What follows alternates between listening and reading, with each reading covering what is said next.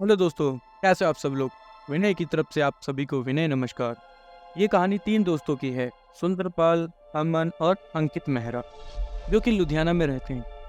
सभी स्कूल से वापस आ रहे थे। अमन भगवान पर विश्वास नहीं रखता था।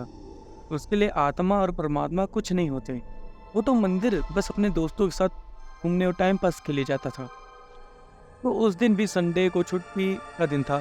तीनों दोस्त अंकित की न्यू कार में इस्कॉन गए। वापसी टाइम वो राजस सोसाइटी एंड फ्लैट्स की साइड रुके। वहां नहर के किनारे को टेप पर काट कर पार्क बनाया हुआ था, जो काफी खूबसूरत लग रहा था। हरी और मुलायम घास, रंग बिरंगे फूल, सर्द मौसम और ठंडी ठंडी हवा पूरे दृश्य को और भी आकर्षित बना रही थी। अंकित जाते ही घास पर लेट गया। उसे देखकर सुंदरपाल और अमन वो भी लेट गए और लौटने लग गए। वहाँ तीनों दोस्त मस्ती करने लगे। कभी इस पोज में फोटो करवाते, कभी उस पोज में। वो बस मेमोरीज ही कलेक्ट कर रहे थे, क्योंकि 2 दिन बाद अंकित को न्यूयॉर्क के लिए निकलना था ना।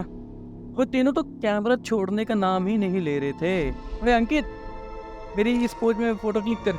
अमन भाई, मेरे ऐसे चलते चलते की रील बना दे। अंकित, तू घास पर फोन रख, फिर घास पर फोकस करना, मेरा भी ब्लर आएगा। देखना कितनी औसम पिक आएगी भाई, कितनी औसम।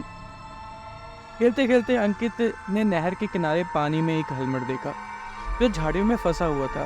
उसके साथ कुछ फूल भी तैर रहे थे। ऐसा लग रहा था कि वो किसी की अस्थियां थी। वो अंकित ने ध्यान से देखा तो उस हेलमेट का सिर्फ शीशा नहीं था, जैसे गिर के टूटा हो। ने अमन और सुंदरपाल को बुलाया। अमन ने देखा कि हेलमेट के शीशे को छोड़ दें तो बाकी का सारा हेलमेट अच्छी कंडीशन में था। अमन एक अच्छा बाइक राइडर था। उसके खुद के पास केटीएम की स्पोर्ट्स बाइक थी एक। उसका हेलमेट खराब हो चुका था। वो नया लेने की सोच ही रहा था। उसने देखा कि ये वाला हेलमेट बिल्कुल वैसा ही है जैसा उसे चाहिए था। उसे सुंदरपाल को बोला कि मैं ये हेलमेट घर लेके जाऊंगा और उसका न्यू ग्लास लगवा के इसे अपने पास रखूंगा। सुंदरपाल ने मना किया।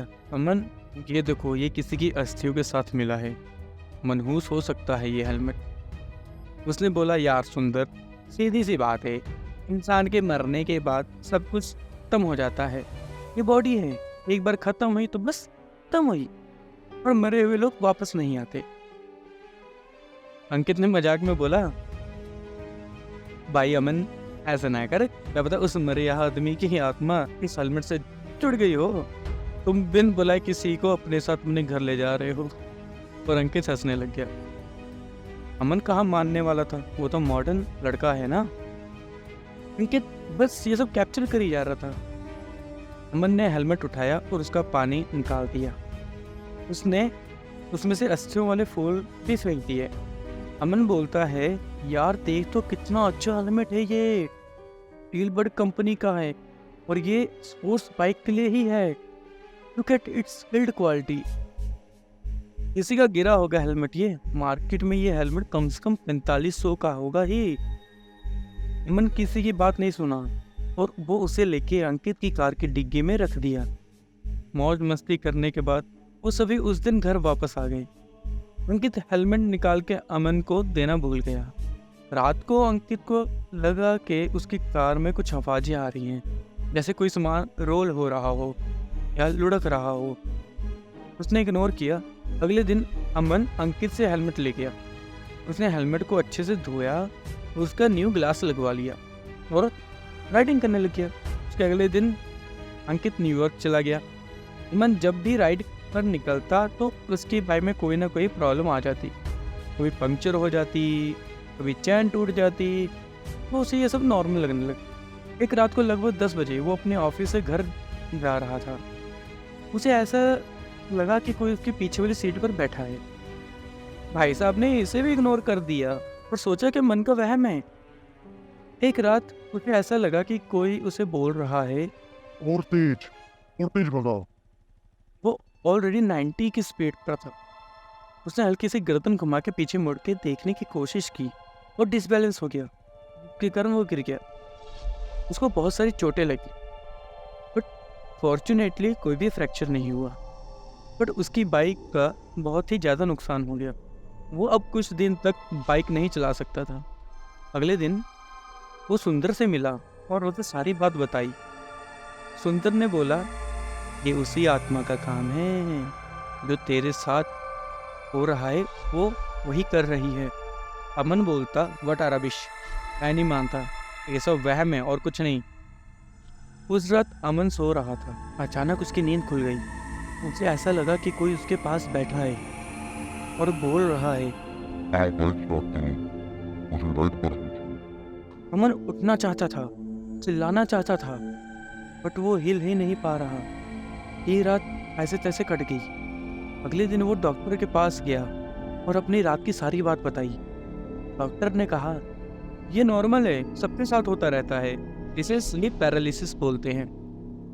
बट अमन को पता था कि उसने सच में किसी परछाई को देखा। आज रात फिर से उसे वो परछाई दिखाई दी और एक भारी सी आवाज में उसे बोल रही थी। दोनों राइड पर चलते हैं। अमन ने कहा कि कौन हो तुम, मुझे बार बार राइड के लिए क्यों बोलते रहते हो। फिर भारी सी आवाज में उस परछाई ने बोला, मुझे राइड पर नहीं चलो, मुझे बाइक चलानी है। अमन जोर से चिल्लाने लगा। उसकी आवाज़ सुन के उसके मम्मी पापा भाग के उसके रूम में आ गए। वो डर से कांप रहा था और पसीने से तरबतर था। अमन ने देखा जिस जगह वो परछाई थी उसी सेम जगह पर वो हेलमेट रखा हुआ था, जबकि उसने वो हेलमेट नीचे वाले फ्लोर पे रखा था। उस दिन उसके मम्मी पापा उसी रूम में सोए। अगले दिन अमन ने सारी बात सुंदर को बताई। सुंदर ने ये बात अपने दोस्त अंकित को व्हाट्सएप कॉल पर बताया। शाम को अंकित जब व्हाट्सएप चला रहा था तब उसने अपनी कॉलोनी वाले ग्रुप में फोटो देखी। उसके नीचे RIP लिखा था और लिखा, रेस्ट इन पीस वरुण भाई, we will always miss you. और डेट लिखी थी 20 अक्टूबर 2004 टू 15 फरवरी 2024। ये कोई न्यू नहीं था, ऐसे birthday anniversary wishes RIP post आती रहती। पहले तो उसने इग्नोर किया, फिर उसने उस पोस्ट पर डेट देखी और कैलकुलेट करने लगा। इसकी डेट 15 फरवरी हुई, इसका क्रियाक्रम शायद 16 फरवरी 2024 को हुआ होगा और इसका अस्थि विसर्जन को ऑलमोस्ट प्रोबेबली 17 फरवरी को किया गया होगा। और उसी दिन शाम को हम नहर पर थे। ये अस्थियां भी बहकर उसी साइड से आई थी। अंकित अपने एरिया का पॉपुलर लड़का था, उसकी अच्छी जान पहचान थी। उसने उस पोस्ट वाले लड़के को मैसेज किया, फिर दोनों ने वीडियो कॉल पर बात की। दूसरे लड़के का नाम सतवीर था। अंकित ने सतवीर से वरुण के बारे में पूछा। सतवीर ने बोला, वरुण मेरा बेस्ट फ्रेंड था, बट उसके कुछ न्यू फ्रेंड्स बन गए जिसके कारण हमारे में बातचीत कम हो गई। मुझे उसके न्यू छपरी फ्रेंड्स नहीं पसंद। पिछली दिवाली में उसने लड़ झगड़ कर अपने पापा से यामाहा R15 बाइक ले ली और बोला कि अगर बाइक नहीं दिलवाओगे तो मैं आत्महत्या कर लूँगा। उसके पापा एक लोअर मिडिल क्लास से बिलोंग करते थे और फैक्ट्री में जॉब करते थे। सिर्फ 20,000 कमाते थे और पूरा परिवार उसी से चलाते थे। बेटे की जिद के कारण उन्होंने जैसे तैसे बाइक तो ले ली। वरुण ने एक बार भी अपने पापा का नहीं सोचा। उसने ये भी नहीं सोचा कि उसकी बहन है जिसकी शादी भी करनी है। उसे तो बस बाइक से मतलब था। वो बस अपने दोस्तों को देख कर बाइकर बनना चाहता था और बाइक व्लॉगिंग करना चाहता था। उसने इंस्टा पर प्रोफाइल भी बना ली और यूट्यूब का चैनल भी क्रिएट कर लिया। अब वो बस राइडिंग की वीडियोस बनाता और अपलोड करता। वो अपने छपरी दोस्तों के साथ रोड पर रेसिंग करता, व्हीली करता, कभी आगे का टायर उठाता तो कभी पीछे का टायर, समटाइम स्टॉपी करता तो कभी बर्नआउट। एक ही महीने में उसने न्यू टायर्स सा के रख दिए। वो व्यूज़ के चक्कर में रोड पर ही लाइव स्टंट करने लगा। 5 जनवरी की है। उसके छपरी दोस्त ऑन रोड स्टंट कर रहे थे। किसी ने उसे बोला कि हेलमेट उतार के राइड कर, तेरे लंबे बाल हवा में उड़ते हैं तो तू बिल्कुल धूम मूवी या जॉन अब्राहम जैसा लगता है। वो उनकी बातों में आ गया। उसने हेलमेट बाइक की फ्यूल टैंक पर रखा और राइड करने लगा। उसने 110 की स्पीड को क्रॉस कर लिया था। फिर वो व्हीली करने लगा। उसका हेलमेट गिर रहा था तो वो अपना हेलमेट बचाने के लिए झुका। इसके कारण वो डिसबैलेंस हो गया और उसकी बाइक स्लिप हुई और वो बहुत बुरी तरह से रगड़ता हुआ, पलटियां खाता हुआ गिरा। उसके बहुत सारे बोन्स टूट चुके थे। लेफ्ट साइड घिसटने के कारण उसकी सारी लेफ्ट बॉडी छिल गई थी। उस टाइम हाईवे पर कोई व्हीकल नहीं था। उसके दोस्तों को लगा शायद वो बच जाएगा। वो वरुण की बाइक को उठा रहे थे, बट बाइक ना रही। उसके परखच्चे उड़ गए थे। कुछ नहीं बचा था उसमें। ब्रांड न्यू बाइक देखते देखते कबाड़ बन गई। अचानक पता नहीं कहाँ से किया सोनेट सामने आ गई। वो ब्रेक लगाती लगाती वरुण से टकरा गई। वरुण अपना सर पकड़ कर लेटा रहा और फिर उठा ही नहीं। उसके घर वाले उसकी हालत देख के भी उठ गए। उसकी माँ पागल सी हो गई। घर वालों ने अपना सब कुछ उसके इलाज में लुटा दिया। बहुत कम रेट में मकान बेच दिया। लड़की की शादी के लिए जो पैसे और ज्वेलरी थी सब बेच दिए। उसके पापा ने अपनी पुरानी स्कूटी वो भी कौड़ियों के भाव बेच दी। सब कुछ बर्बाद हो गया उनका। फिर भी वो ना बच सका। आज उसका परिवार किराए के कमरे में रहता है। बेचारों ने सब कुछ खो दिया, कुछ भी ना बचा। इतने कर्ज में डूब गए हैं वो, अब कुछ खाने के लाले पड़े हुए हैं। अब दोनों बाप बेटी जॉब कर किसी तरह कर्जा उतार रहे हैं और घर चला रहे हैं। बेटी की शादी भी करनी है, बट कुछ है ही नहीं। क्या होगा, कैसे होगा पता नहीं, क्योंकि मम्मी की आंखों में आंसू कभी रुकते ही नहीं। उसकी फैमिली की सारी खुशियाँ ख़त्म हो चुकी हैं। ये बोलते बोलते सतवीर की आंखें भर चुकी थी। वो माँ बाप का दर्द कोई नहीं समझ सकता जिस माँ बाप ने अपने जवान बेटे को खुद से कांधा दिया हो। जो माँ बाप अपने बेटे बहू की शादी वाली फ़ोटो दीवार पर इमेजिन करते थे, वो अब अपने उसी बेटे की फूल माला चढ़ी फ़ोटो देखकर रोते रहते हैं। जो बहन अपने भाभी के साथ बैठ के भाई की चुगलियाँ करने के सपने देख रही थी, वो अपने भाई के डेड बॉडी के पास ऐसे बार बार बेहोश हो रही थी। वरुण अपनी गलती के कारण पूरे परिवार को बर्बाद कर गया। सतवीर अभी इतना बोल ही रहा था कि इतने में इंटरनेट का इशू हुआ और कॉल कट हो गया। सतवीर ने फिर से कॉल किया और अंकित से पूछा कि क्या बात है जो इतनी डिटेल में पूछ रहे हो। अंकित ने सिंपली बोला कि कुछ नहीं। अच्छा सतवीर, तुमने बोला था कि वरुण को अपनी बाइक और अपने पैसे से खरीदी है, हेलमेट से बहुत ज़्यादा अटैचमेंट थी। तुमने बताया कि उसकी बाइक फुली डिस्ट्रॉय हो चुकी है। क्या हेलमेट गिरा, बस उसका शीशा टूटा था। उसका हेलमेट कहाँ है? अंकित बस श्योरिटी चाहता था कि उसे जो हेलमेट मिला था वो वरुण का ही है। सतवीर ने बोला, जिस पंडित जी ने उसका क्रियाक्रम किया था, उन्होंने बोला था कि जिसकी अकाल मृत्यु होती है उसकी आत्मा सदमे में होती है और यहाँ वहाँ भटकती रहती है। तो पंडित जी ने उसकी सबसे प्यारी चीज़ को अस्थियों के साथ विसर्जित करने को बोला। वरुण को बस बाइक और हेलमेट से ही सबसे ज़्यादा लगाव था। बाइक तो बिल्कुल ख़त्म हो गई, बस हेलमेट ही बचा था, तो उसे ही अस्थियों के साथ विसर्जित कर दिया। अंकित चिल्लाया, मतलब मैं बिल्कुल सही सोच रहा था। सतवीर, कुछ भी करके मुझे उन पंडित जी का नंबर अरेंज करवाओ। सतवीर बोला, अंकित बताओ तो बात क्या है?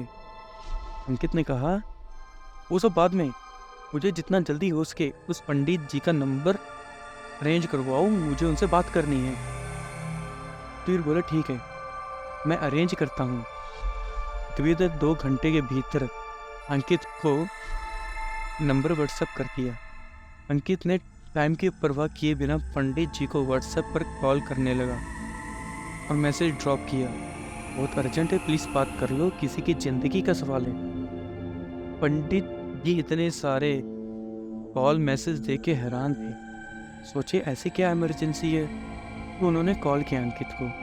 अंकित ने नमस्कार करके वरुण के बारे में पूछा, उसकी डेथ और क्रियाक्रम की डिटेल बताई।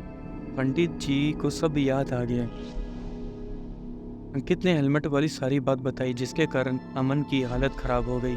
पंडित ने बोला कि अमन और वरुण के गुण बहुत मिलते हैं, ऊपर से अमन के पास वरुण की सबसे प्यारी चीज़ है, तो वरुण की आत्मा अमन से जुड़ गई। हमने बहुत सही टाइम पर मुझे सब बता दिया। पंडित जी ने कल को ही अमन के घर जाने का बोला और कल ही उसके घर पूजा करने को कहा, जिससे वरुण की आत्मा को मुक्ति मिल जाए और अमन बच जाए। ज़्यादा देर हुई तो अमन नहीं बचेगा। पंडित जी ने अंकित को सारी सामग्री की लिस्ट भेज दी। अंकित ने कहा, पंडित जी मैं तो न्यूयॉर्क में हूँ, सुंदर नाम का लड़का आपको कांटेक्ट करता रहेगा और सारा सामान ला के देगा, आप बस पूजा की तैयारी करो। अंकित को अपने दोस्त सुंदर पर पूरा ट्रस्ट था। अंकित ने इमीडिएटली सुंदरपाल को कॉल किया और सारी बात बताई। सुंदर को भी अब सारा मैटर समझ लग गया था। सुंदर जल्दी से अमन के घर चला गया। वहाँ उसने देखा कि अमन को बांध के रखा हुआ है। अमन ने खुद को बहुत हर्ट किया है। सुंदर ने सारी बात अमन के माँ बाप को बताई। जल्दी उन सब ने लिस्ट के अकॉर्डिंग सारा सामान अरेंज कर लिया और घर के मंदिर में देसी घी का दिया जला के रख दिया। जैसे तैसे ही रात कट गई। सुंदर मॉर्निंग में ही पंडित जी को ले आया। पंडित जी ने अपनी पूजा शुरू कर दी। जैसे जैसे पूजा हो रही थी, अमन की हालत खराब होती जा रही थी। वो तड़प रहा था, चिल्ला रहा था। पंडित जी ने हेलमेट के ऊपर मंत्र पढ़ के गंगा जल छिड़का और बोला, इसे घर के बाहर जला दो। सुंदर ने घर के बाहर बड़ी सूखी लकड़ियां इकट्ठी की, उन पर पेट्रोल डाला और फिर हेलमेट रख के उसे जला दिया। हेलमेट के जलने से बहुत गंदी बदबू आ रही थी, जैसे कोई जीव की चमड़ी या मांस जल रहा हो। कुछ देर में सब राख हो गया। अमन बेहोश हो गया था।